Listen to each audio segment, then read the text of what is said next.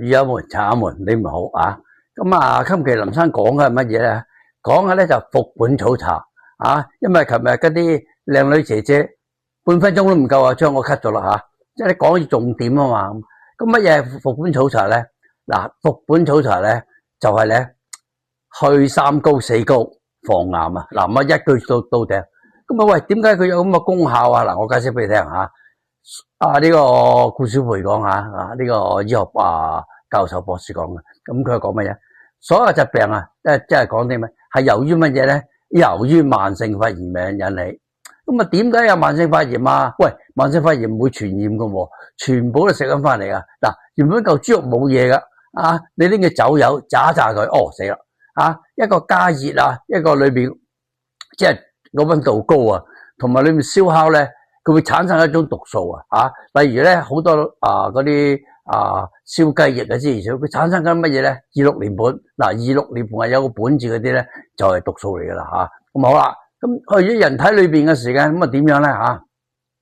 啲毒嘅時間咧，佢唔係傳染嘅病毒啊，係食翻嚟嘅病毒啊。咁啲人話咁有毒，咁消炎發炎，咁我食消炎藥咪得啦？唔得喎。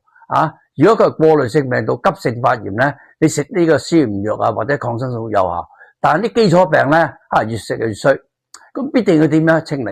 咁所以講句咧喺中國幾千年嘅時間呢個神農草本已經講啦刮腸通泄解牛羊之毒啊！喂，咁即係食啲牛羊內裏邊嘅時間咧，即係肉食落嚟咧產生毒素，咁靠乜嘢咧？以茶而解之。個茶咧可以解到噶，咁換句話嚟講咧，慢性發炎係必須要去解噶。咁呢啲復本草茶係乜嘢咧？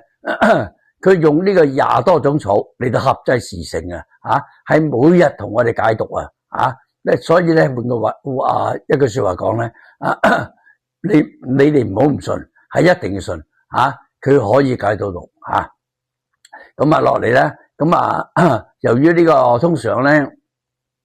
我就用呢個15個克噶，咁但係咧藥房嘅哥哥佢只係批准5克，咁所以咧佢好嘅時間咧個美國哥哥咧用咗3個月啦，咁你唔改用15克嘅，咁咪1個月咪得咯冇必要去咩，所以我就建議大家飲嘅時間咧初或者放1包內裏唔泡，咁聽日2包，後日3包，盡量喺1個月裏邊咧。將自己身體裏邊嘅毒素嚟到拎走咁今日林生就講到復本草茶介紹復本草茶，朋友們、友們，拜拜，好，再見。